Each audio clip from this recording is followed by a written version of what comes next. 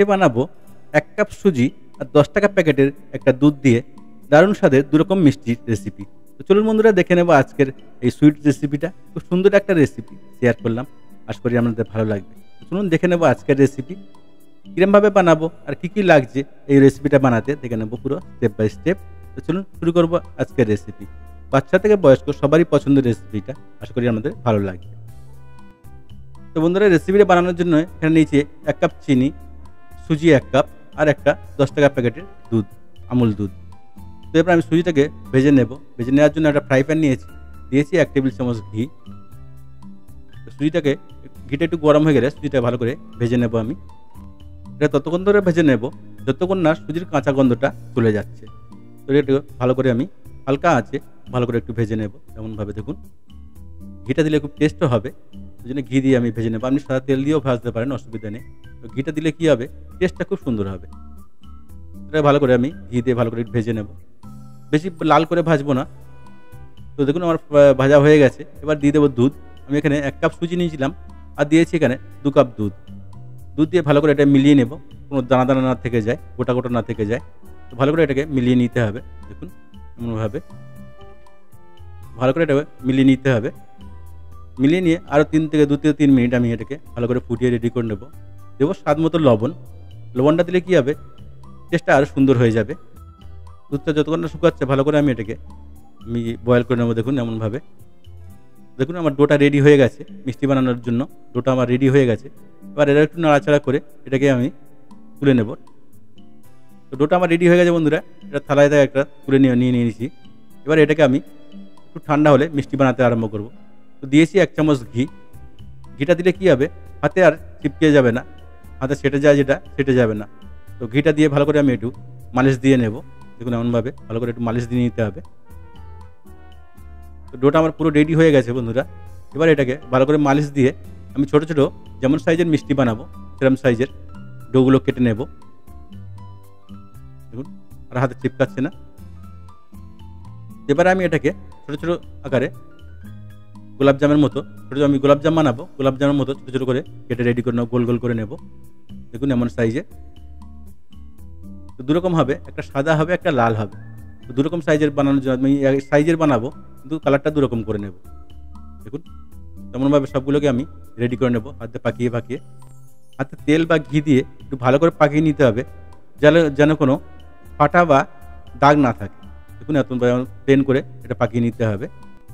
তো সবগুলো আমার রেডি হয়ে গেছে বন্ধুরা। দেখুন এবার এটা বানানোর জন্য আমি রসটা বানিয়ে নেব, সুগার সিরাপটা বানিয়ে নেব। তো সুগার সিরাপ বানানোর জন্য আমি দিয়েছি 1 কাপ চিনি আর দিয়ে দেবো 2 কাপ জল। আমি 1 কাপ চিনির উপরে 2 কাপ জল দেবো, দিলে এটাকে ভালোভাবে সেটা রস তৈরি হয়ে যাবে। দেখুন 2 কাপ আমি জল দিয়ে দিয়েছি, মেজারমেন্ট কাপে মেপে 2 কাপ আমি দিয়ে দিয়েছি জল। তো ভালো করে এটা ফুটিয়ে নেব। আর দিয়ে দেবো এখানে 2খানা এলাচ। এলাচটা দিলে কী হবে, টেস্টটা খুব সুন্দর হবে, রসের টেস্টটা খুব সুন্দর হবে আর মিষ্টিটাও খুব খেতে ভালো লাগবে। তো ভালো করে আমি রসটা ফুটিয়ে নেব। দেখুন এমনভাবে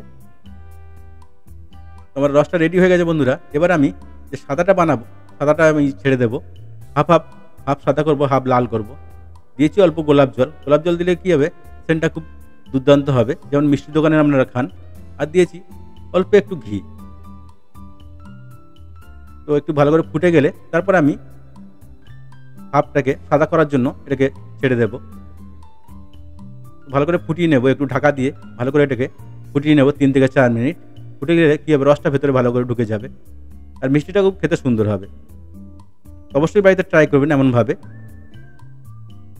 দেখুন কত সুন্দর এরকম ফুটিয়ে নেব ভালো করে 2 থেকে 3 মিনিট ফুটিয়ে নিলে এটা রেডি হয়ে যাবে। দেখুন কত সুন্দর ফুলে গেছে, রসগুলোও ভিতরে সুন্দরভাবে ঢুকে গেছে রসগোল্লার মতো। দেখুন কত সুন্দর লাগছে। এবার এটাকে আমি নামিয়ে সাইড করে দেবো আর একটু ফুটিয়ে নিয়ে নামিয়ে এটাকে সাইড করে দেবো।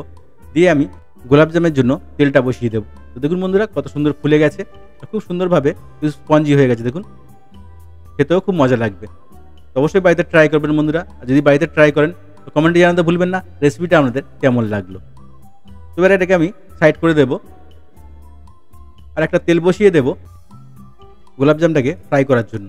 তো আমি এখানে সাদা তেল নিয়েছি, আপনারা চাইলে ডালডা দিয়েও ফ্রাই করতে পারেন। তো আমি সাদা তেল দিয়ে ফ্রাই করব। তেলটা একটু হালকা গরম হয়ে গেলে তারপরে আমি সবগুলোকে একটা একটা করে ছেড়ে দেবো। দেখুন এমনভাবে এটা মিডিয়াম, লো টু মিডিয়ামে এটাকে ফ্রাই করে নেব পুরোটা। তাহলে কী হবে, ভিতরটা খাস্তা হবে আর রস ঢুকবে খুব ভালো, আর কালারটা খুব সুন্দর হবে। দেখুন এমনভাবে আমি হালকা হালকা করে ফ্রাই করে নেব, একটু নাড়িয়ে নাড়িয়ে এটাকে ফ্রাই করে নেব। দেখুন এমনভাবে, তাহলে কালারটা সব দিকে চারদিকে পুরোটা কালার চলে আসবে।